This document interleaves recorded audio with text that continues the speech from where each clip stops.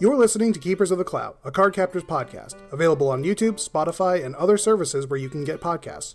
Whatever service you've chosen to listen to us on today, we thank you, and encourage you to hit your chosen service's equivalent of the like and subscribe buttons. Keepers of the Clow is a fan-produced podcast. We are not affiliated with Nelvana, Pioneer Entertainment, Madhouse, Clamp, or any other relevant license holders.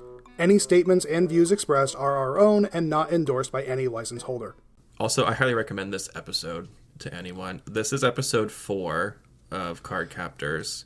It is. It's episode 4, The Unexpected Find, or An Unexpected Find, which, unfortunately, I believe this one is also a completely unaired in North America one. So this is, once again, you're only going to find it in the PAL regions.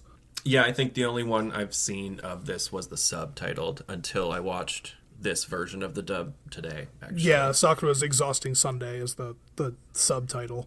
That I thought of like an ice cream sundae for a second. I was like, what? Oh, no, wrong Sunday.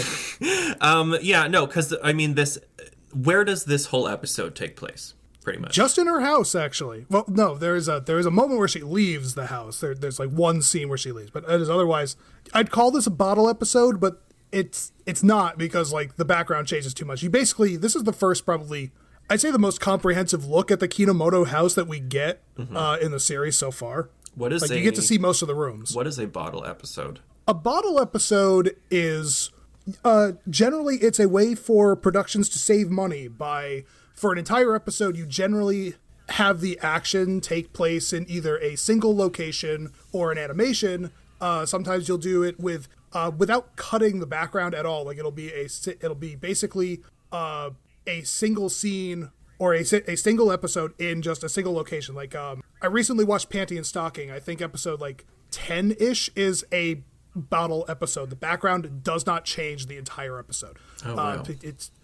That's what you call them. They're a this is not, like, the more I think about it, no, this is not a bottle episode, because there's just two. The fact that it takes place in one general location, that being her house, doesn't negate the fact that it's still a lot of individual places inside the house. Well, I was just going to say that, because, like, initially when I was starting to realize the whole episode was in her house, I was like, I think this might be a little limiting. And then as they were going through it, it's like, well, they have separate floors, and there's, like, the basement, and then there's that balcony up top and all that stuff. So it's shockingly diverse for being all at one house, as far as that goes. It's a little like the TARDIS. It's bigger on the inside. Yeah, yeah.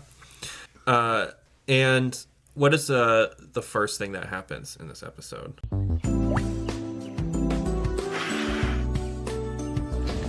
Hey, the sun came out! Sure did. That was some storm last night. So this episode begins with Sakura excited that she's going to get to go. I made the note here. She's going to an amusement park with Madison. Madison and I are going to the new amusement park today. We've been planning it all week. Hey, want to come with us? You can hide in my backpack. Which is not what she was doing in the sub. She was just going on a picnic.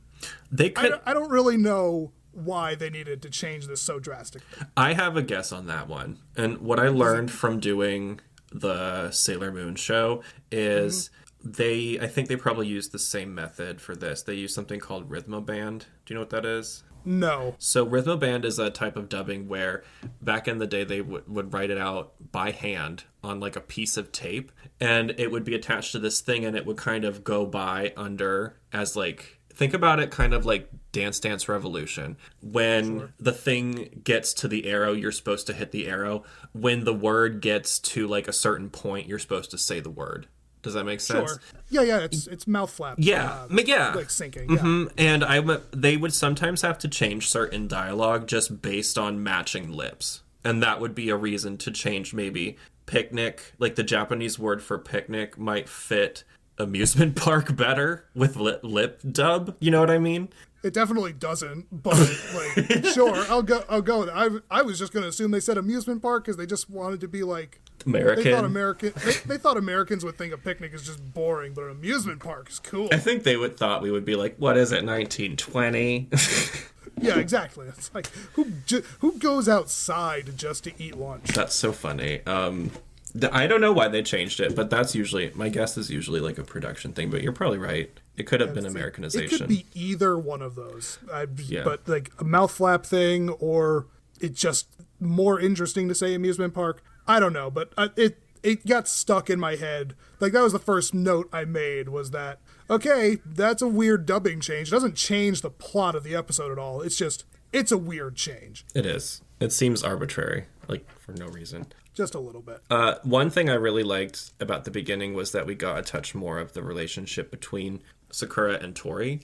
It was not a lot, but we kind of got that we got to see how the chores break down in a household like that, where it is the dad, an older brother, and a younger sister, right? Aren't you forgetting something? Huh? You traded chore days with me. Aww. And Very, go ahead. Oh, no, go ahead. No, you go ahead. Oh, I was just going to say that was not my experience growing up, so I like seeing things like that because it's like my only window into what it's like to have siblings, you know? But yeah, what were you going to say?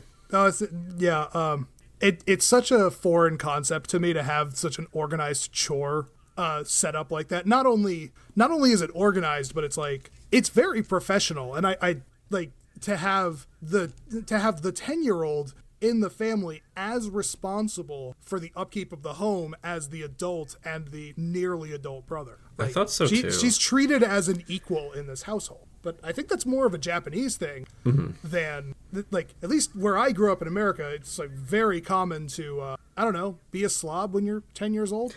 Like, sure, you had chores, but like, I would never be left home alone to clean the house from top. I think it definitely depends on your upbringing. I had similar parents to you, but my parents, like, because I'm not even, this is going to sound funny, but I would, like, ask them to show me how to do certain things, like certain types of cleaning, and they were like, oh no, you're going to mess it up.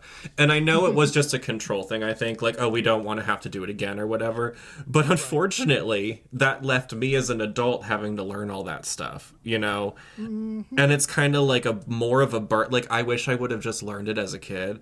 So I think if this is a cultural thing where they give more responsibility on household to the kids in Japan, I think that might be to their benefit in adulthood. That's just my guess, my basic guess. Yeah, I think it definitely is a cultural thing. After all, there was that, what was the Netflix thing where it's like, there was some kind of special that came out like last year that was showcasing like how Japanese parents will send their 5-year-olds to the corner store to run errands. Yeah. That's, like, over here in America, that's just baffling that you would allow a 5-year-old to like go off on their own, but let alone trust them to be competent enough to do it. And Japanese people are like, here you go, kid, here's 500 yen, go get daddy some smokes, which is apparently a thing that happened in the 80s. You could just do that. I could see that happening here too. I would think it would just be a lot less. I don't know. I think 5, maybe not 5. Not 5. It's like I'm definitely gonna look up like what that special was, and like it's gonna flash across screen. Okay.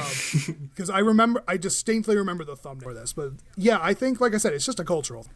Yeah, and I like getting to see that stuff because I don't know how else to say this, but like you can only like see the world from your born perspective. Does that make sense? Like I can't help that I'm like a white person born in the South, but I like learning about this stuff. And like I enjoy learning about it through anime.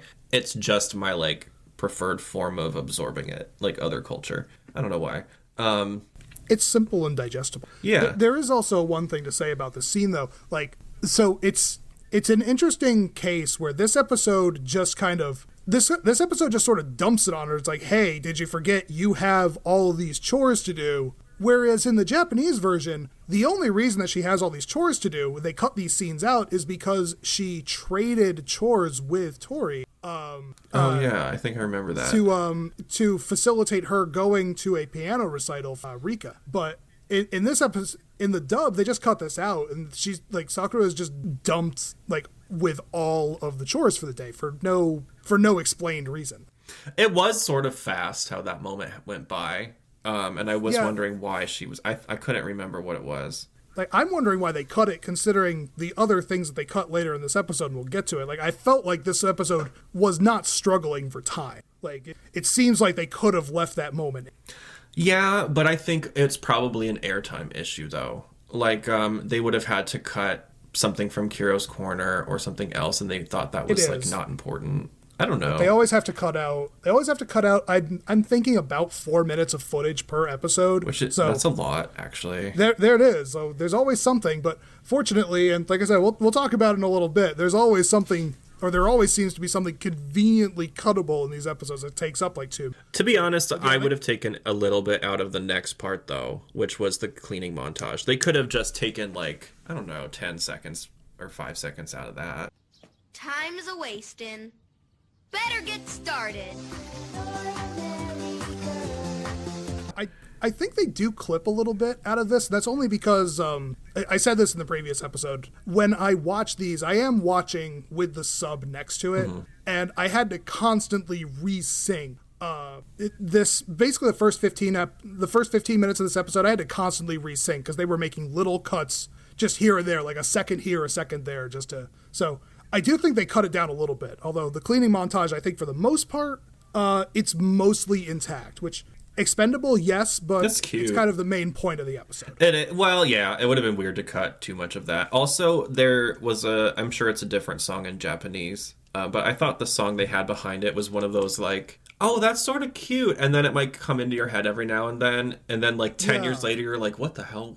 What is that song? Oh, it's this. Yes, that song is called Ordinary Girl. It's actually one of the ones that is on the soundtrack for the series. It's on the CD soundtrack. Oh, like the actual Cardcaptors one? Yeah, the Cardcaptors soundtrack. Yep. Do you know who the artist was? No idea. I mean, I could probably look it up at the Have you image around here? We've mentioned the soundtrack a few times. I forgot to check on episode 3's what you did for the merchandise, because I know you did the Clow book the first time. What did you do last week? That one's not actually aired yet. Really? I'm so out of the loop. Which ones have aired? Episode 1 and 2? Just episodes 1 and 2. This is episode 4. I just got the part of episode 3, so I can actually put it together. Okay, so the audience has seen just the Clow book so far. Yep. Well, we can still talk about it though, because that yours will be out before this comes out. Yep. Anyway, cutting back to that, Ordinary Girl is by Super Hum. Just Super Hum. I don't know. I don't know what that means, or like what that group name is. Super Hum. Yep. We'll have word. We'll have to look them up. I'm sure you'll put a little bit of the song in here. There's like a clip from the show. Yep. Of the cleaning thing, and then I was asking you what you did, because I think at some point, since we mentioned it a lot, you should do this soundtrack for sure. I'm probably going to try to get one. I wonder if they're expensive. I've actually wanted to do it. I've wanted to do like an episode on my channel about the soundtrack of just. I'm not a good YouTuber, so I just haven't gotten around to it. I'm not doing this for a living, so like it always has to take the back seat to life. Yeah, but it's still it's one of your like, I have a lot of that stuff too, like things on the burners that are going on. You'll get to it eventually. Yeah. If not, I have an excuse to get to it doing this series. There you go. And also something that I've done before, like if you do that, like a separate just video on that, separate from this, we can put it into the podcast feed as like an audio only special if you want. Yeah, because I think the format I was going to go with was basically like I hate to call it a react, but it was basically going to be like I was just going to play like 3 or 5 seconds of it, however long before YouTube tried to copyright strike me on it, and then it would cut back to me being like, oh yeah, this song's not bad. Oh god, this song's horrible. Oh no, I don't want to listen to Froggy Mix again. Wait, do whatever you want with it. It should be your perspective. Is Froggy Mix? Yes, No Nagging by Froggy Mix is on this thing. Ugh, I love it, but I can only listen to that song like a handful of times, and then it's like, okay. Oh, hey, the Cardcaptors main title is actually named on here. It's Dave Dore, or Dave Dore. I'm not quite sure how to pronounce his name. How do you spell it? It's there. Davedore. Dore? But the thing is, I think it's Dore, but I think on his personal website, I had to look this up a few weeks ago, I think there's an accent over the O, but there's no accent on the actual album art. So, I don't know. That at that time, it's probably just a computer thing. It's hard to do that. I don't know. He wrote the Cardcaptors main theme. Yeah, he's credited as the main theme. That must mean he must have done other tracks, like background tracks too. Yeah, maybe he did the background. He may have at least been involved in the background music, which, like I said, I reached out to him weeks ago, never got a response. Might try that again. Because I would love to get the raw audio of the backing tracks of this series, because Yeah. I've said this before. The backing tracks of Cardcaptors are actually pretty good. They're fantastic, and we've had a few moments of them in here. I kind of use them as little music stings every now and then as well, because these are, again, like, they don't exist anywhere, like, in not a that I pure know form. of.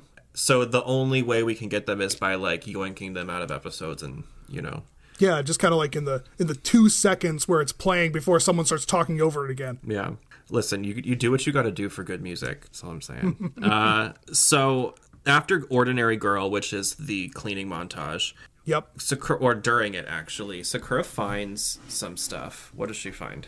She finds 2 cards. Like, so she I'm trying to remember the order that she finds these in. She while she's vacuuming, she finds the wood card. Oh, wow!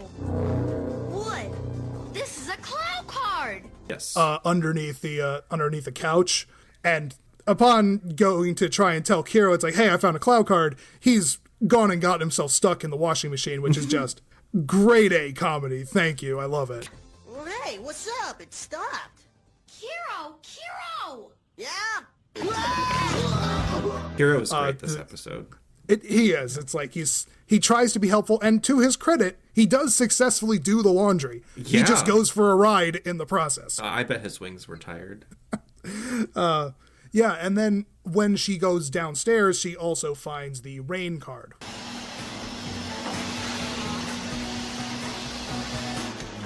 Uh-oh, someone spilled the ink.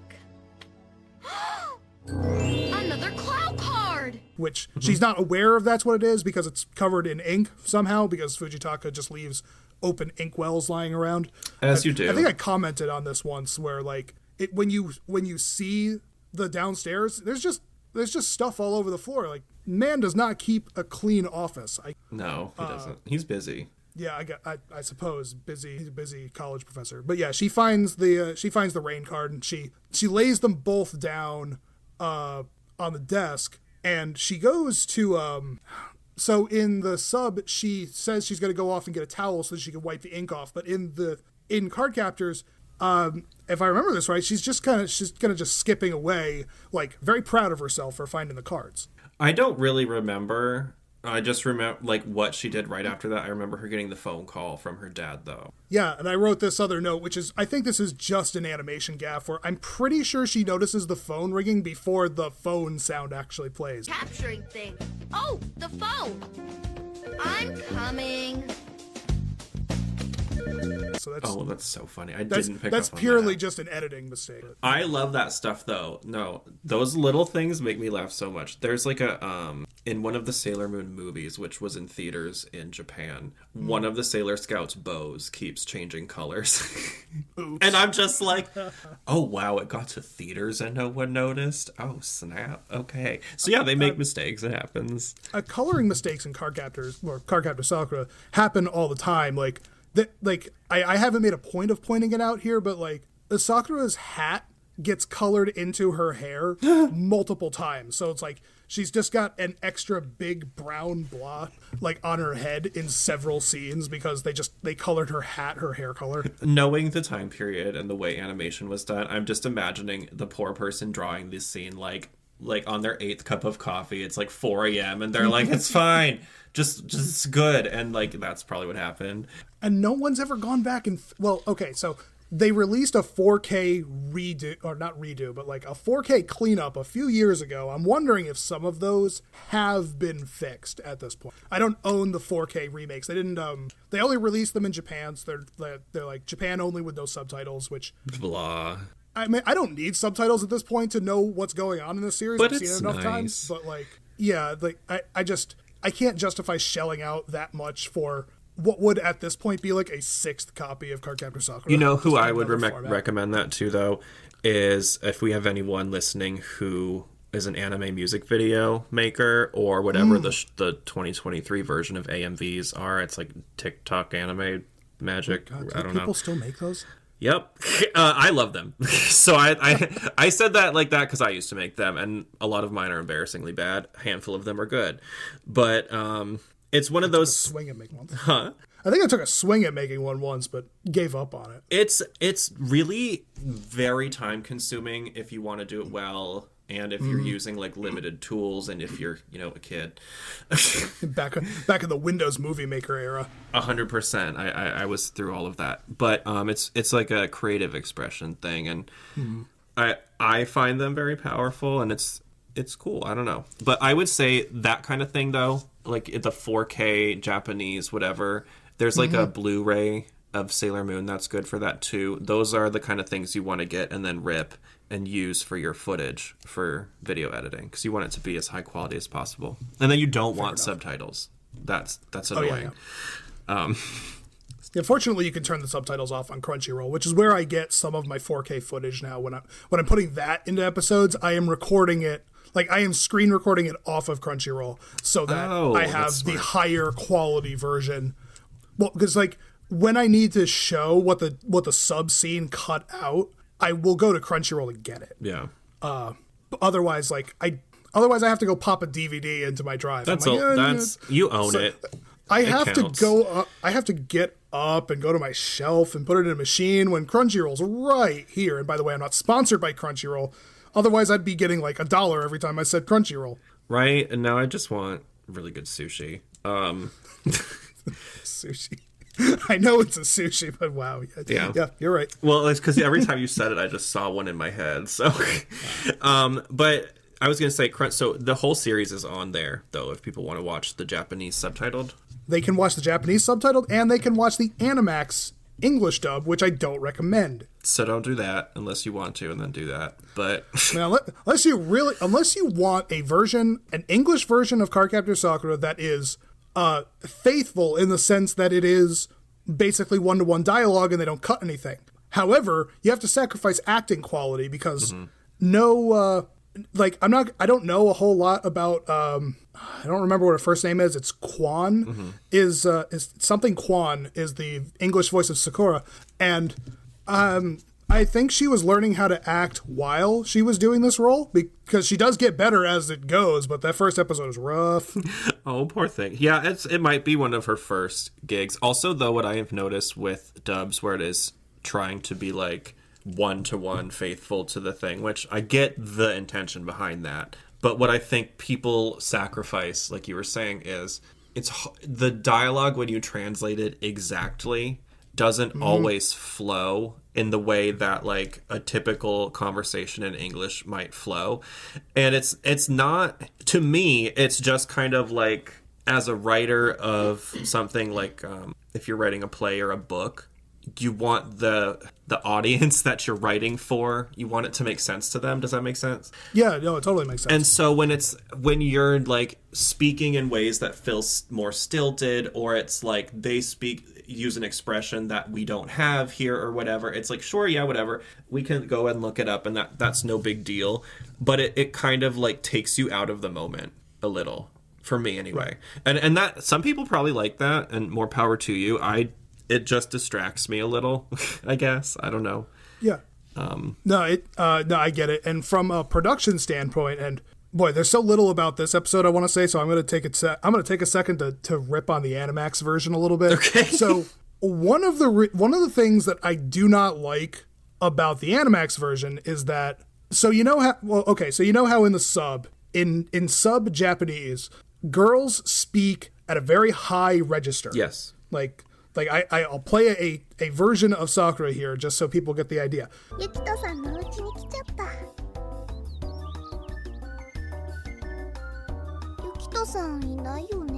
That is very normal for Japanese female performers to speak at a higher register. It is expected. It plays well to the audience in that culture. It works over there in Japanese. Yeah. When you have an actor speaking English, try to do the same thing, which is what the Animax version does. This woman is pitching up her voice to try and match the register that Sakura Tange in Japanese is doing.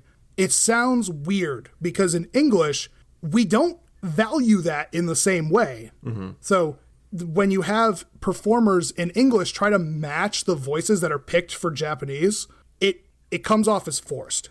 100%. And we encountered some of this Well, it's a similar thing in the Sailor Moon dubbing because they had a lot of turnover in the cast.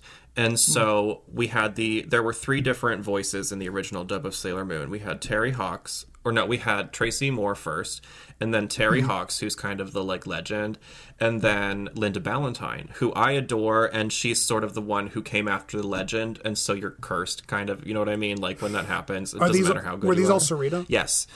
And what Chris has interviewed Linda, who was after Terry Hawks, the legend Sailor Moon, and she was instructed to try and sound as much like her as she could, but her voice is just not like her. And she had talked about, she came to a point where she thought she was going to like maybe lose the job over it or whatever, and she had to just be like, you know what, she's just going to be a little more mature sounding. I'm just going to make it my own, because if I don't, the delivery's going to be trash. And her performance, like, if I challenge people, if you see Linda Ballantyne's performance without watching Terry Hawks first, it's very enjoyable. She's really cute. Her character has a lot of different levels and all of that. But if she were just trying to imitate another person, she would be locked into like this disingenuous, like you were saying, it's like an imitation, and it reads as fake. Do you get what I mean? No, I totally get what you mean. And that's why it's same deal. That's why I say that, like, if you've never seen Cardcaptor Sakura, I think Cardcaptors works, and I think the voices they pick work. Like that's why I still love Madison's voice compared to Tomoyo's voice, who's voiced by Junko Iwao in Japanese, who, by the way, if I remember this right, apparently Junko Iwao really regrets that voice that she used for Tomoyo, because it's apparently really hard for her to do. And coming back to Clear Card like 20 years later, it was apparently really hard for her to learn how to do that voice again. So, or maybe that's why she regretted it, because now it's harder for her to do. But well, it's physically a high voice, and that is straining on the vocal cords. Yeah, so I'm just glad that like Maggie Blue, who again really only has one voice, I think it works very well for Madison. I'm glad that they didn't have her try to emulate Tomoyo. And I think because they didn't, her voice, like, I think everyone on Cardcaptors does a pretty good job, but I think Madison is specifically one of the most natural sounding out of all of them. It makes me think that this was not Maggie's first thing, which no. I still have not actually gone and looked at her IMDb and seen, like, did she do anything? Like, I'm pretty sure this is the first thing that Carly does, and there's definitely episodes where it sounds more like she's still very new to this. Oh, and she's trying. But to her credit, Carly, I feel was a natural talent. Like, if this was your first role and you were 11 years old, which is what she was, did a pretty good job. I agree. I think, well, because I was thinking about that actually today during this episode, and there's just every now and then there will be a certain line when you can hear, like, the greenness in her, like green meaning newer or not. I don't know what you want to call it. You haven't had the experience. She's beginner. Yeah, but I think this also is my teacher brain. So if you compare that to the percentage of the like full episode that is actually really stellar acting, it's like maybe 5 to 10% is like, okay, that could be improved on, but the other 90% is fantastic. You know. So little moments not being perfect are not gonna like ruin a voice actor for me, I don't think. Oh yeah, definitely. We should probably get back to the episode. We should probably get back to the episode, but like conveniently, we're getting back to the episode at the part that they cut out of the episode entirely. It's the first that I'm going to be covering here in the podcast form, but it's not the first time it's happened. It's what I'm introducing as the Julian cut counter, which is where we talk about every single time in the series that Julian's scenes just get excised entirely. I would never have guessed that he was part of this episode. Yes, and it's because okay, Julian, like, Yukito fans, you can hate me if you want, but he's super expendable and doesn't advance the plot in any way. So you just kind of pluck him out of episodes and it doesn't affect anything. All you do, just like in this episode, all you do is just remove Sakura's schoolgirl crush on him, which, again, people love the series for the relationships and the romance that is there, but I maintain that the series is not about, like, that's set dressing. You can remove that part and the series is not affected, and you just said it. You had no idea he was supposed to be in this episode. Yeah, I like what you said, set dressing. It's like an ornament. It's nice and shiny, but I don't need it, you know? Yeah. Just to go into detail of what when happened, did it get cut out, though? Like, where does he show up? So when she finishes cleaning, and she gets the call from her father to bring that folder to him, she delivers it, and then right after she sees him off on the bus, she turns to leave and runs into Yukito, who is out doing some errands. So he takes her to lunch. He takes her to lunch conveniently, coincidentally, where Toya's part-time job is, because this is another one of Toya's worked everywhere in the city. So of course, the one place they go to lunch is where Toya is working. So he gets to rib on her for like cutting out on doing her chores, but it's like, you know, she had to do an errand for her father. But the point is that in Cardcaptors, she drops off the folder, and then it probably was a commercial break cut. They just kind of cut it, and then comes back to her getting back to the house. Yeah, I would never have noticed that. I don't feel like it would have added anything for me either. And I remember my friend telling me how much of him was cut out at one point, before I had seen the subtitled version. Mm-hmm. And when I found that out, of course, I was like, oh, that's so annoying, blah, I don't like it, I want blah, blah, blah. But I think it's just it's a symptom of not having all the information, because now that I've seen the subtitled version and I have both to compare, I don't really find his character that necessary. Like you were saying, most of the time. Not always. Like, I like him, you know?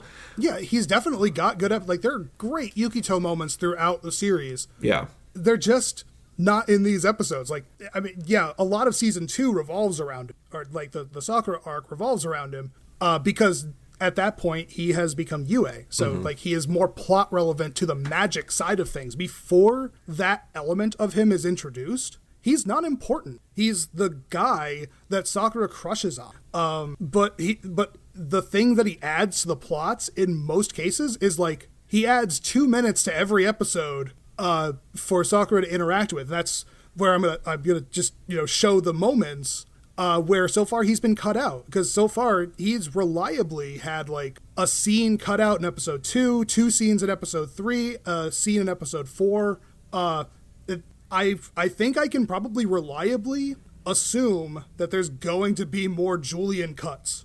I think it was a very intentional thing, and they were like, but it, okay, I kind of don't care if people don't like my opinions, honestly, but this is my take on it too, as if I'm thinking about it with a producer hat, right? Sure. If you know you have to cut 4 minutes from every episode, and you're dubbing this show, and it's like, what year was this dubbed? Like 1998 or something?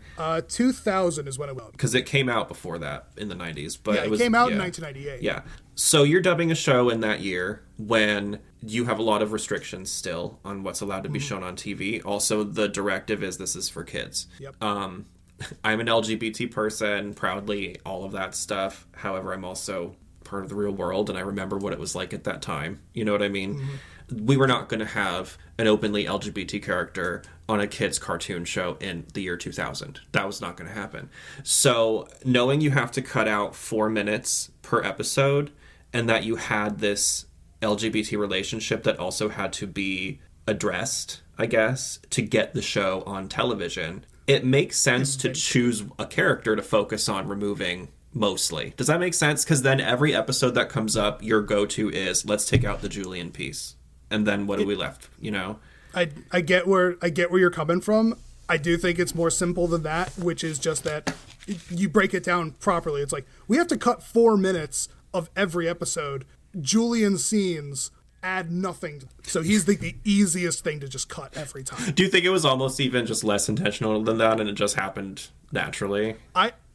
Yeah, exactly. Like, I would love to know. Like I said, I am very familiar with Cardcaptor Sakura, and I can tell you that Yukito does not actively start mattering to the plot until a lot later. So, and even when he does matter, he's still cuttable in a lot of cases. Yeah. Who would we have to ask at Nelvana to get answers to questions like that? Like, who made cut calls and stuff? Probably the director and producers would be, which I know their names are in the credits. They're actually readable in the credits. I just don't have them written down. But those would be the people to ask. And All right, well, get ready. like I said, I don't think it's that malicious. I think it is purely practical. Oh, I don't. Well, my explanation for it was I don't think of that as malicious. That's just what I think a producer would have thought in that year. Does that make sense? Right. And I think it's just from purely speaking from like an objective place of like what makes the most sense time wise, I guess, and like what was like the easiest solution in that day and age in that moment. To me, that's what sticks out as like a sore thumb, because in Sailor Moon they had to make the lesbian characters cousins because you couldn't cut them out because they were the main character part of the story, you know. Yeah, you had to make Zoisite a woman just so that it was acceptable for TV. They were changing genders, they were doing all kinds of things. Like, what are they going to do? Suddenly Julian's a lady? No. Like, they had limited options with how to address the things they had to address. And it's funny, I think I have a unique perspective on it. I don't really hold animosity towards that stuff because I get what the time period was like. You know what I'm saying? And I don't think it was malicious. I think it was a requirement. I'm sorry. You're making me think of Rule 63 Yukito, and now I'm just like, that's got to exist somewhere. What is Rule 63? Oh, Rule 63 is the internet rule where for every character there is a gender-swapped version of it somewhere. I didn't know that in terms of fan art. Yeah, I agree, that's true. Be careful when you go on Google and you say Rule 63, but just in general, you know, every character, someone's done a gender-swapped, you know, fan art of it. I can kind of see it in my head already. You wouldn't even have to change it. I think short hair female Yukito would still be perfectly fine. You just put him in the right outfit. You just put him in a skirt. Yeah. Like, just this is calling forward to very far, but just take Yukito's body and put it on Nakaru's, or take Yukito's head, put it on Nakaru's body. Bam, you've got the same character because they're both moon. Oh, well, there you go. That's a spoiler for much, much later in the series. But yeah, like you could probably. Oh, I'm gonna have fun with Photoshop later. I'm excited to see that. But wait a second. So, because there's this moment that happens. Because she cleans everything, they find the cards downstairs. Oh, she's back. So he's cut out while she's out doing the errand. Because there's a weird moment when the wood card kind of has her and Kero at the door. Do you know what I mean? And the doorbell is ringing.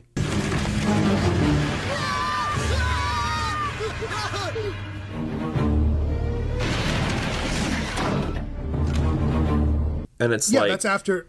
So that's after she comes back, and she finds that Kero has finished hanging up the laundry. She finds him in her room sleeping, and before he wakes up, that's where like they start hearing the creaking sounds, and they go down to investigate what it is. They open up the door to her father's study, and there's a tree growing in there. So that's where you're thinking. It's like because after that, there's like the tree keeps growing, and then they kind of try to shut it into the basement. Huh?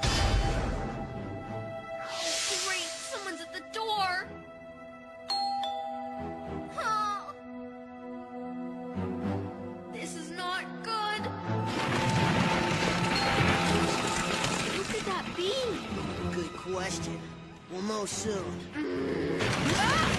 Before we get too far ahead of it, though, why are the cards acting out, supposedly? Like, what did she forget to do? So this is where the series introduces the concept of she has to write her name on cards in order to claim ownership of them, which is a thing that has not mattered in the first couple episodes. Like, if I cut back to like episode 2 where you see Wendy, I don't think her name is on it. If you cut to episode 3 where she has the cards in front of her, I don't think any of them have her name on it. This is just a thing that the episode just introduced as like, oh, by the way, there's this extra rule where if you don't write your name on it, they aren't officially sealed. What? You mean you left the card there without signing your name on it? I'm sorry, I didn't think I had to seal it. It was still in its cardboard. Doesn't matter. The Clow cards don't obey you unless you seal them with your signature, Sakura. Which I thought they could have explained a little bit better, considering, like you said, they never show her sealing the first couple of cards.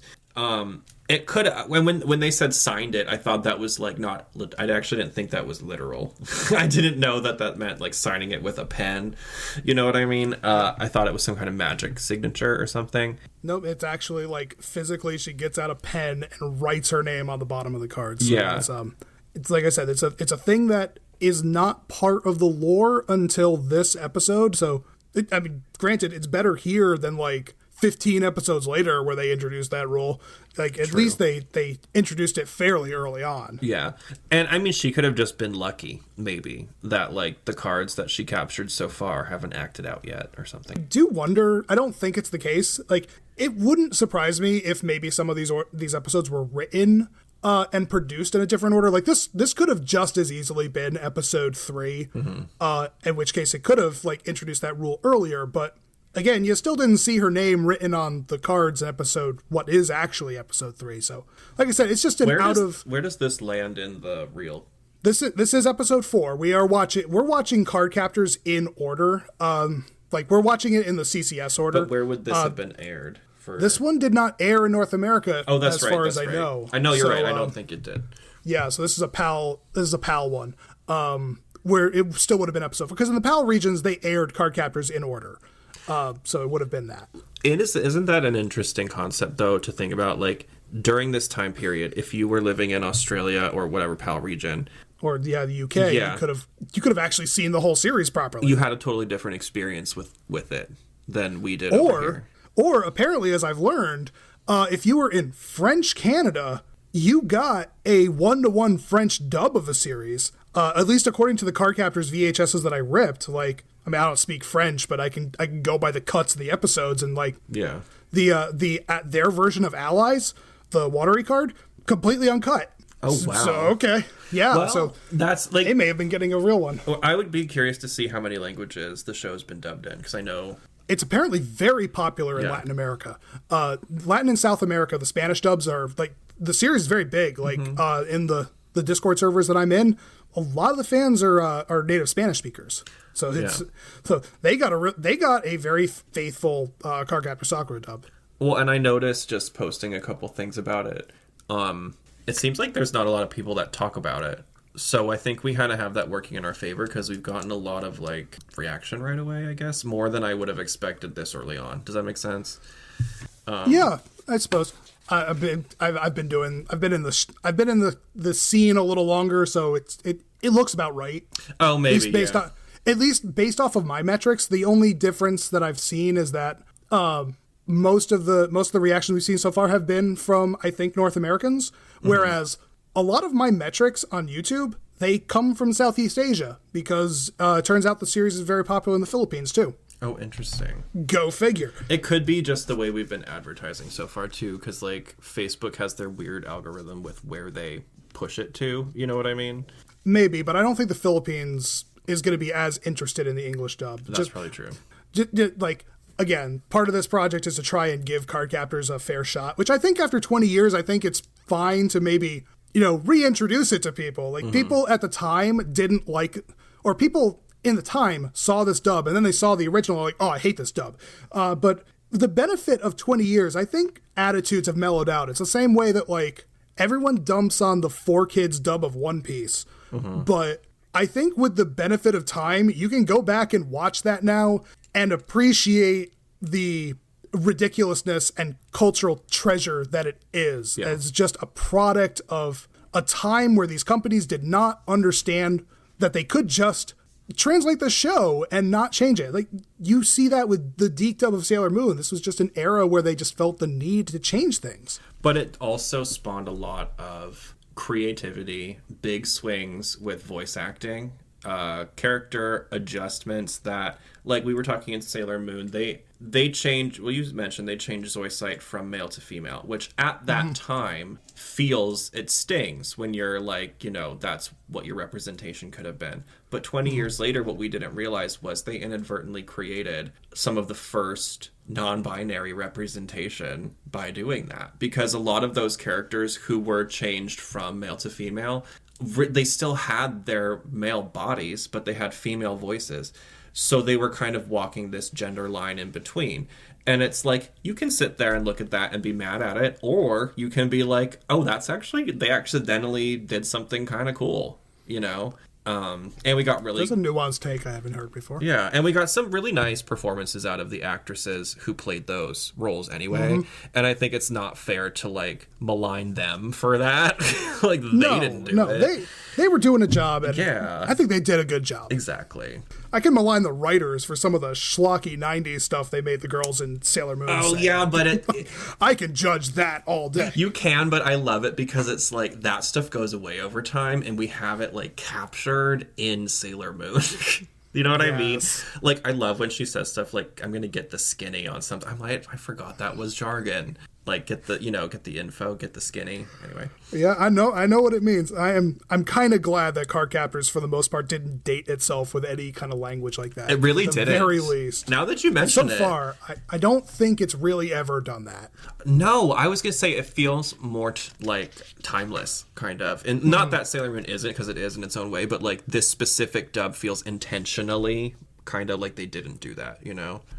Yeah, and Cardcaptor Sakura in general feels fairly timeless. I mean, yeah, you go and you look and like, oh, they still got like tube TVs sitting around and the cell phones don't have screens on them. But like beyond that, the series is pretty well like it works. There's really not it could be modern day. It could be the earlier 90s. Like yeah, it could be the 80s. I mean, the stuff like you're talking about, the older technology, it's like that's not even focused on that much. No, it really isn't. Like the phones are kind of like the most prominent thing she has. Like she barely watches TV. Yeah. Kero's got a thing that looks like a hybrid of a Super Nintendo and an early PlayStation, but like that's it. That's like the oldest recognizable technology he's got. Yeah. Also, sorry, I'm just looking at my notes because we were talking about the rules thing real quick. Yeah, no, I'm sorry. We keep getting distracted. No, that's There's okay. so much else to say other than this episode. I know. I think we should actually make a list of the rules at some point and try to compile everything, because we have the rule that she has to sign the cards, but then later Sakura says there's a rule that she has to seal the card at its source that she figures out when she's trying to seal wood. What, is something the matter? The card isn't here. Yeah, because like she actually she uses her wand to try and seal it, and that does force the tree back. But like, and there's a scene of it where they're looking for the card because it's supposed to have manifested. It didn't manifest because she didn't actually seal the card. She just kind of like pushed it back temporarily, and then it just grows right back with a vengeance, chasing them through the house. Yeah.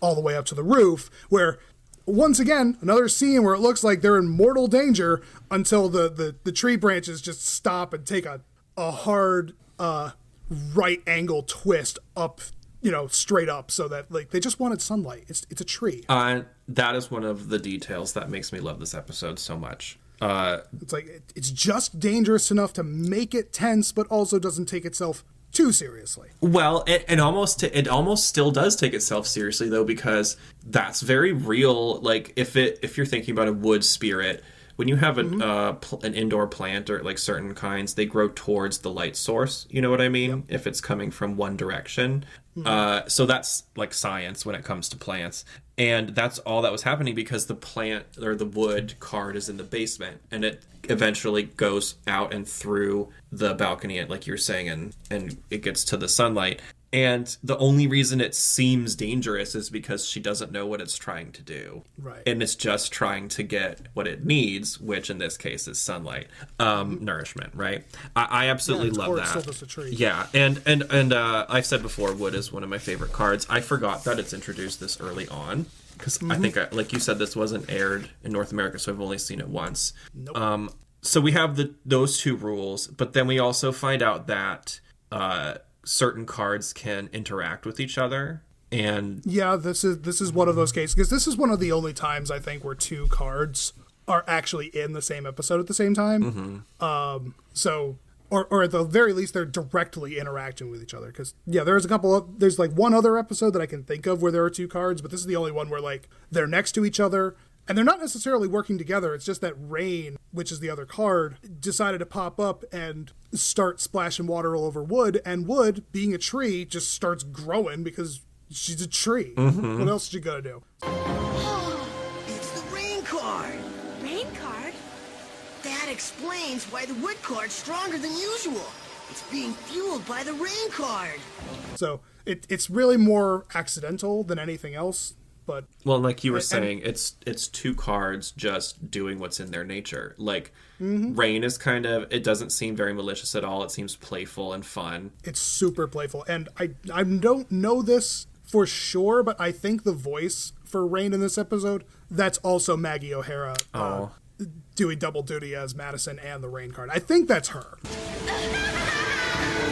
We should actually start looking into that because there should be a lot of overlap like that. And I would love to know when we have like cards voiced by the main cast. Yeah, I imagine like Carly McKillop got to voice some other cards too. But there's just like, there's a specific line, not a line, there's a specific like giggle or scream, actually, it might be, that sounds a lot like Maggie. So I think that was her. You're probably right. And the thing like you were saying though with the Rain card making Wood more powerful, I just thought the whole idea of like a plant getting watered, I know that's like so basic, but it's so like, it's the fact that that's not what I was expecting it to be, if that makes sense. Right. Like, and then that's all it is. It's like this cute little rain thing splashing some water on a plant, and the plant was like, I need sun, and it's not at all like attacking anything. I loved that so much. I thought it was so adorable. Yeah, it's the duality of the Clow cards, where like, you know, Watery is out there actively trying to drown penguins, and Wood just wants to be in the sunlight. Yeah, and it's one of the things that makes Cardcaptors so diverse with these cards, is they are individually unique in their personalities, aside from their abilities too, you know? Yeah. Can we describe, like, aesthetically, I guess? Oh, wait, no. How does she end up actually capturing Wood and Rain here? Well, so I guess the first step in that is to describe the costume that she changes into to go on this one. So once they decide that like they're on the balcony and they're like, they can hear the tree continuing to grow, so they know that like, or they fear that if they let it go on like this, the tree's eventually going to uproot the whole house. So fortunately Madison has brought a costume, because again in the sub she explains that she had intended to get footage of Sakura running around in the picnic area in a costume anyway, whether or not there was a card or not. Whereas I think I didn't write this down, but like in this episode, it just notes that like Tomoyo just conveniently had the costume with her for whatever reason. It's a cute costume. But why'd you have it with you, Madison? I made it last night, just in case you found a Clow card at the amusement park. Either way, I don't remember the reasoning, but I love this costume. Let me just put it that way. I like this one. I think the color scheme is fantastic. It's pink and white, and it has it's like, I have a picture of it actually in my notes in black and white, but I know what the colors are.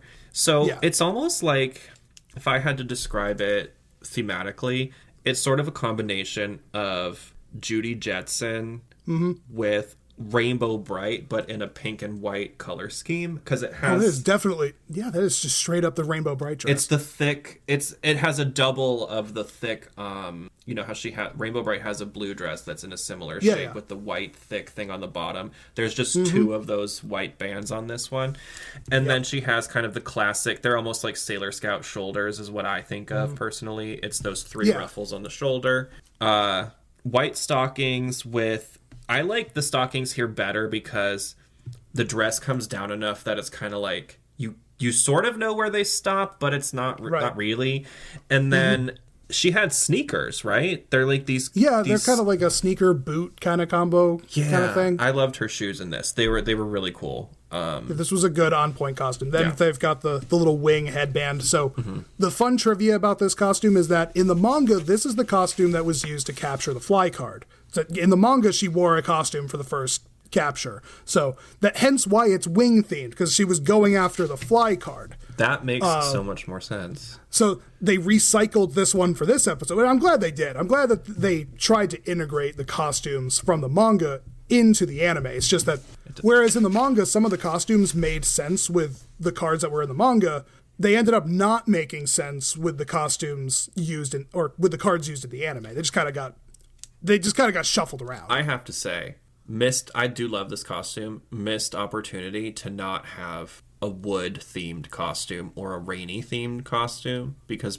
we kind of have a rain themed costume with the watery one, but you know what I'm saying? A wood themed costume would have been really freaking cool, I think. You could have like modified the water costume, just make it like green. This is and make it like a wood nymph kind of thing. This is our first official Keepers of the Clow fan art request. Any artist who is out there, I would love to see your interpretation of if they were going to give her a costume for capturing the wood card or the rain card or both. What would it look like? That could have been another reason why they used it for this one, though, because there were two. Right.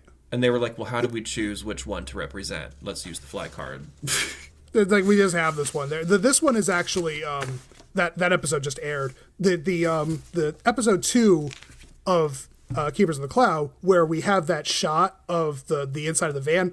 This costume is actually in the van, but it's colored orange. But it is in there. It's in the back of the van. See, that's important to me, and I think we should make a note. So, is each costume van, yes or no? And if yes, is it altered? Well, there's only 3 costumes, I think, that were in the van that actually show up later in the series. Oh, bummer. This is this one and the one from episode 6, I believe, are both in there. Then, if I remember the picture, the cloak from the second episode costume is in there, and a piece of what might be the tails of the watery card costume, that, like, you know how she had the skirt that's like those I remember those spikes, seeing that like in there. Yeah, I think that's in there. So the other costumes are all just generic clothes. And if anyone actually wants to see direct screenshots of the scene we're talking about, in the episode 2 post on Keepers of the Clow official Facebook page, I put several screenshots from the episode, and I included where you can see every costume that's in the back of Madison's car from that. It was episode 2 when we see that. Yeah, and for this episode, when I edit it, I'm just going to put up the image again. So you'll see it when we're talking about it now, and then if you want to go sit on it and look at it for a while, I guess, you can go look at it on the Facebook. Yeah, if you want to speculate what the other costumes in the van are. Yeah. I like the Facebook page. But so we have her now in this fly costume, and we get to see her capture the card. And correct me if I'm wrong, but I think that they had Kero tell her which card to use. Cards can draw power from other cards. Use the water card against it. Oh yeah, the water card. Because it was but why though? Why did he just tell her? Because I don't know, expediency. Like, this is one of those like, it's such a ridiculous contrast to the previous episode where they added in all of this dub dialogue where Kiro's like, oh, it's a test. You have to figure out how to utilize your only cards to figure out how to catch the watery. This is a test for you. And then in the next episode, he's just saying, like, Sakura, use water, like a Pokemon, basically. Yeah. Like, he's training Sakura, use water card, capture rain. And she's like, oh yeah, I can do that. Well, and I was wondering if it was because of what we had before, where it was like they had to create a reason why she only had access to certain cards. I was wondering if that's why she only has these cards. Of course, she just got watery in like the airing order. You know what I mean? That issue. But you said they never even aired this one, so that wouldn't make sense. They didn't, and it's not a case where they wrote the series so like she would get a card in one episode and then like the next episode she would use it for the next one. It was never written sequentially like that. It's just it happened to work out in this way that like she captured water in the previous episode, and conveniently watery was the perfect counter to rain because it can just suck up all of rain's water, and then I don't know, I guess rain is also made out of water, so like just suck her in so that Sakura can actually seal it. Yeah, you got it! Return to your power confined! Rain card!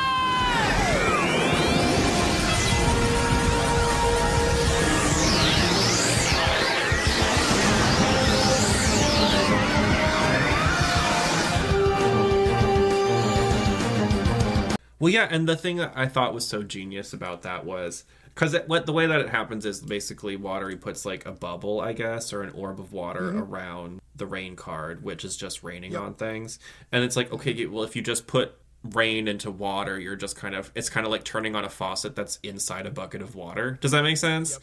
So it was a really good way to gently like control, or whatever you want to say, like trap and then capture a card that wasn't doing any harm. Like, and using a card of the same element in my mind would make it even less of a bad experience for the rainy card, if you want to think about it like that. And it's also, again, not what I expected. I would never, because of Pokemon, I would never think water, let's use water, you know? Yeah, it works. I think there's also, well, they don't go into it in the series at all. There is a hierarchy of the cards to a certain extent where, like, the top 2 cards are light and dark, and the deck splits down from them to be like fiery and earthy are under light, and windy and watery are under dark.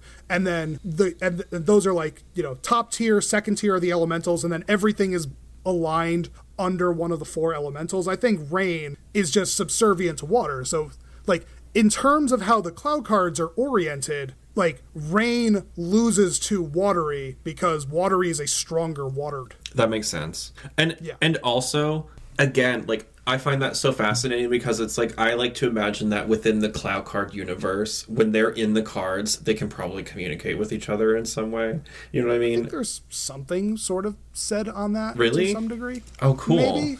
But look, because this is a lot later. It's shown that Mirror, when she is filling in for Sakura, like, she's able to talk to the rest of the deck while it's in card form on her desk, and she's kind of like talking to a deck of cards. So I think what you said is kind of true. Like, there is, to some degree, the cards are able to communicate with each other as cards. Well, and then that gives a whole mental, like, if you like to run with your imagination of, like, for example, the rainy and the wood card probably get along really well, you know? Yeah, there's like I'm thinking of like a whole mind palace of just cards. Yes. Around. And I think that would, like, that's one of those things that, to me, if I owned this creative content, I would flesh out that stuff in video game format, just because the lore of this specifically is set up so well for it already. Oh, that would have been cool. So cool. Like, that would have been cool to have or even not even like a house, like a garden, like a garden where just like a big open space inside like a little magic bubble where the cards can just kind of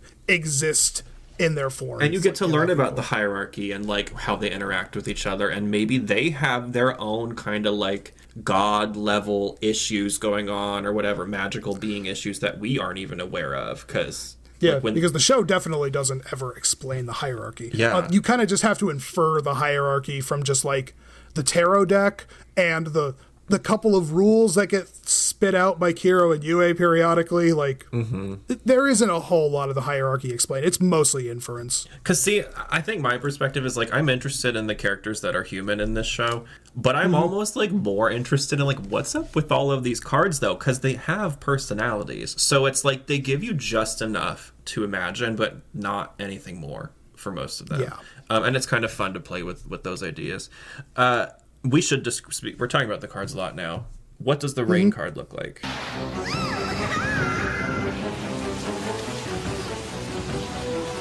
Hey, this isn't so bad. Rain is this little sprite in kind of a jester costume. She's got like a little that typical jester hat with like 2 little things coming off the top, and her costume is otherwise just kind of like pear shaped, I think. So it's your standard little like imp looking elf kind of thing. Like, I think she's got pointy ears and she's blue.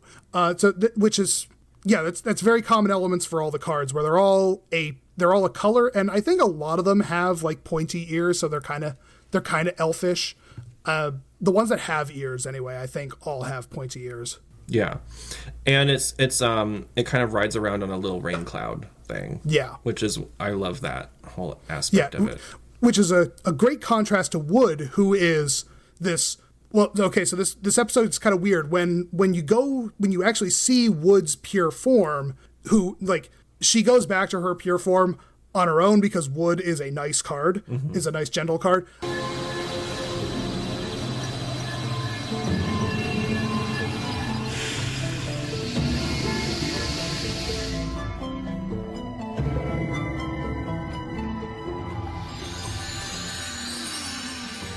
She goes back to her form, and you see this like tall, slender lady covered in leaves, and you think that she's very tall, but then it cuts to show Sakura standing in front of Wood, and she's actually like a foot tall. Yeah, she's little. Like, so it's a weird setup for the shot where you see her and she looks like she's gonna be huge, but then it immediately cuts and it's like, nope, she's tiny. Well, it's almost like because she was going back to her true form. I think she was huge for a minute, like kind of in the same way when she calls Wendy. Wendy comes out and gets bigger and bigger. I think it was like the reverse idea of that, and we saw her shrink down a little. But I thought the scene of her holding the card with Wood kind of floating over it, and there was like the glow and everything. I thought that was especially well done with animation. And the Wood card design itself and all of the movements, again, like A+, on the animators. Yeah, very elegant, very ladylike. Like it's one of the more like, I mean, all the Clow cards are female, all the humanoid ones are female, so all very effeminate, very, like I said, very Wood nymphy, which I think that was the point. Yeah, definitely. So we sign. Oh, and then she has to sign the cards now, which is part of the rule. She actually signs them with a pink pen that has a feather on it, similar to the one on our logo. Sakura. Well, maybe from now on you'll remember to make the cards your own, huh, Sakura? Okay, I got the point, Kero. Well, in that case, I'm gonna go get some sleep. Actually. Yep. I love that pen. Is it a toy? Does it exist? Can we buy it? I have never. Wait, I have a pen that's very similar to it. They do make them. I'll put a picture of it here, but they don't sell that specific pen as far as I know. Bummer. Well, I would still take a similar one. Yeah, I have a version of it that's got like the Clow wand head on it. So like, oh, that's cool. At a glance, it kind of looks the same, but yeah, no, unfortunately, I don't think they sell that specific pen anywhere. I do love that touch though, where it's like the little cell phone. It's like pink with the stars, and then just like it could have been a regular pen, but the 10 seconds it took for them to design the pink one and just do it. It's like those little extra oomphs of effort to me is what adds so much like depth to the show, and so much magic. Yeah, it's what sets the show apart. Like not only does she wear a different costume for every fight, she has different like regular clothes for basically every episode. Yeah. And yeah, even her stuff is like all customized. So there's so much effort that went into the series. Yeah. And then we're kind of getting towards the end of the episode, but Madison actually has my favorite line from the episode when they see that the house is like totally destroyed after everything that went down, and she goes, "So, is there a cleaning card?" Oh no, it's worse than when I started. So, is there a cleaning card? And I was like, that would have been my first question as Sakura. I would have been like, so when is we getting the cleaning card? Because this is a lot of work. It's such an American line too. It like, is. That's obviously I think in the sub all she's doing is just offering to help, which is why in the sub, like, because I think in Cardcaptors you see dejected Sakura and Kero kind of like collapse and be sad. They cut the next part of that where like Tomoyo offers to help and they just hug her like, thank you so much. Whereas I think they cut that part because, again, in an effort not only to shave the episode wherever they can to get rid of that 4 minutes, like they tried to cut out some of those kind of, I call them goofier moments. They try to cut out some of those emotional moments, so to speak. Yeah. I don't know that they needed to do that necessarily, but I think it was funny. It's just a choice, probably a time choice. And where is it? So wait, does that happen before? Does that happen? Wait, it happens when the guys get home? No, that happens before. So they see the house is a mess. Madison says, is there a cleaning card? Cut. You go to the next scene. Sakura is asleep in her bed, and Tori and Fujitaka, or Tori and her father show back up. Yeah. At home.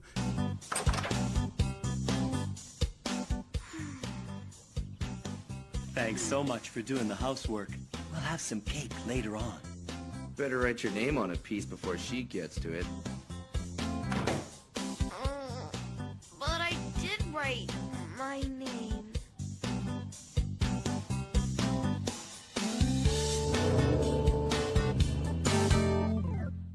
Father's name is Aiden, by the way, but I think I'm just going to call him Fujitaka or Dad, honestly. That's fine. But yeah, the boys come home to see the house is immaculate, and they find Sakura in her bed asleep. Yes, and with the 2 cards just out above her head. Yep, just right there for anyone to see, which, you know, fair enough. At a glance, it's like whatever. They're tarot cards. Yeah, I was just thinking about it, whatever. And I was like, if I were her family, I would be like, toys. No, your daughter's dabbling in some black magic. Who cares? Yeah, it's fine. Possession, whatever. But yeah, and I thought the moment of just the guys getting home and kind of like coming in on that was cute. Didn't they bring her some food or something too? Yeah, there's a slice of cake that Tori says to write her name. So I've always misinterpreted this line where he says better write your name on it to claim it, and then Sakura's like, but I did write my name on it because she's half asleep, and it's referring to the cards, but I'm pretty sure that line is aimed at the father, where he's saying, I brought cake. He's like, you'd better write your name on a piece or she'll eat it. I think that's the implication. You're right. Yeah, but then it's kind of a double meaning where it's like a wink, wink, nod, nod. Yeah, we know as the audience you can kind of what interpret it either talking way. about, but they don't. Yeah. No, I think that's a cute moment, though. And then we jump right into Kiro's corner. We do. And I think that this Kiro's corner is just talking about the wing costume again. I liked just when he notes certain things like, oh, it's flexible and waterproof, and then he said the shoes have extra traction, and then he said that the wings on the head were for high fashion, because nothing says high fashion like a headpiece with wings, right?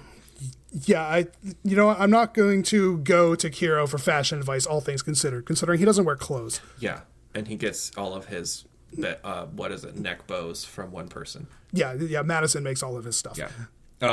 That's his go-to thing. Like, everything is fashion. Yeah. It's like, which I think is one of those 90s girl things that just got thrown into all of the dialogue when they had nothing else intelligent to say. They're just like, fashion. Yeah, it does sort of seem like it when they like didn't know. Well, you can tell that like a guy wrote that segment. You know what I mean? Probably. I wouldn't be surprised. If Matt Hill got to ad-lib these. Yeah, like it's. I say that in meaning it's like kind of cute that it doesn't have a lot of like meat to it. Because also though, like, do we really want Kero giving us like highbrow? You know what I mean? Like, it's supposed to be goofy and silly. It is. Do we want to add anything before we rate the episode?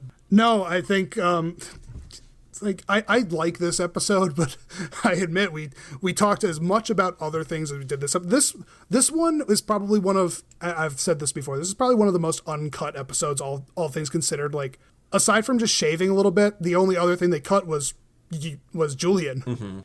Otherwise, this is probably the most intact episode so far. What would you give it out of 5 stars? Just in general, this is like, man, if I keep giving out 5s, like 5 is going to be nothing. So I'm going to call it 4.5. Like, it's a very good standard episode. Doesn't elevate anything at all, but like for a series like Cardcaptor Sakura, where it's just like, it's Monster of the Week, this is good. This is a Monster of the Week, and it dubbed well. Like, they didn't really have to change anything. It's good episode. I kind of feel you, because I'm having the same dilemma, but I said screw it. I'm giving it 5 out of 5 because I think that at first when I was watching it, I was like, oh, I'm probably going to end up rating this at like a 3 or a 3.5, just with the limitations like I thought were going to be imposed by the location and all of that. And then this is one of the reasons why I love the show. It kept doing things that I really wasn't expecting, honestly, because I don't remember this episode at all, because it wasn't aired here, and I have only seen the subtitle once all the way through. So I've seen it once, like 10 years ago, right? And not really, they do a good job of making it seem like it's going to be so creepy and such a big deal, and then the, like, reveal that it's just this adorable rain thing with a wood nymph. I just find that very heartwarming, and I really enjoy that. And I think the fact that it was 2 cards at once gives it kind of a bonus for me, because I think that makes it a lot more unique. And again, like I particularly enjoy. Well, I don't particularly enjoy. I should say in it, I enjoy the non-malicious cards equally, but at the same level as I do like a hyped battle. You know what I mean? It's just like a different vibe. And I like that we get both from the series. So I definitely give this 5 out of 5. And also the wood card is, like I said several times, one of my favorite cards. The rain card is going to get pushed up to one of those on my top cards as well. Does she ever use it? Yes, rain card does get used once Cool. that I know of. At least once. Wood, on the other hand, Wood is probably up there with Shadow as one of the most used cards throughout the series. Good. It has, is very, in fact, like, just looking forward to next episode. She uses it in the next episode. I know it's in one of the movies, for sure. Is it? It's in the second one. I don't think it's successful, but she uses it. Oh, yeah.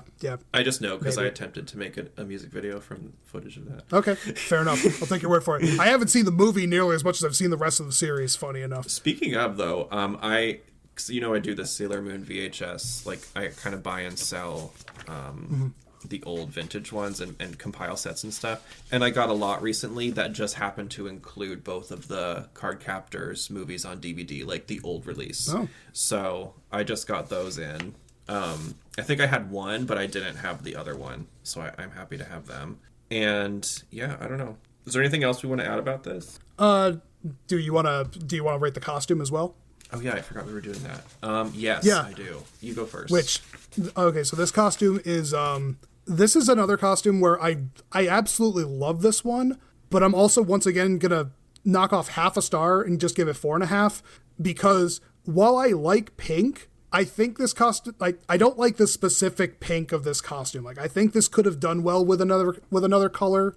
I just don't know what other color it would have done well with. And the pink needs to be a little more pastel. I agree. Yeah, this pink is just slightly aggressively too pink. It's like aggressively like tart pink lemonade. I can almost like thinking about that. It's almost like a sour color kind of in a weird way. Like if you had dragged the saturation down just slightly Yeah. to like be a little whiter pink, or if you'd added maybe some red to it, so it was a little more, if it was a little more magenta, Yeah. maybe. But yeah, that's my only complaint about this one. It's too pink. I also though. Sorry, go ahead. No, that's it. Like it's just, like I said, just too pink. I was gonna say what rating did you give it? I'm gonna give it 4.5. 4.5.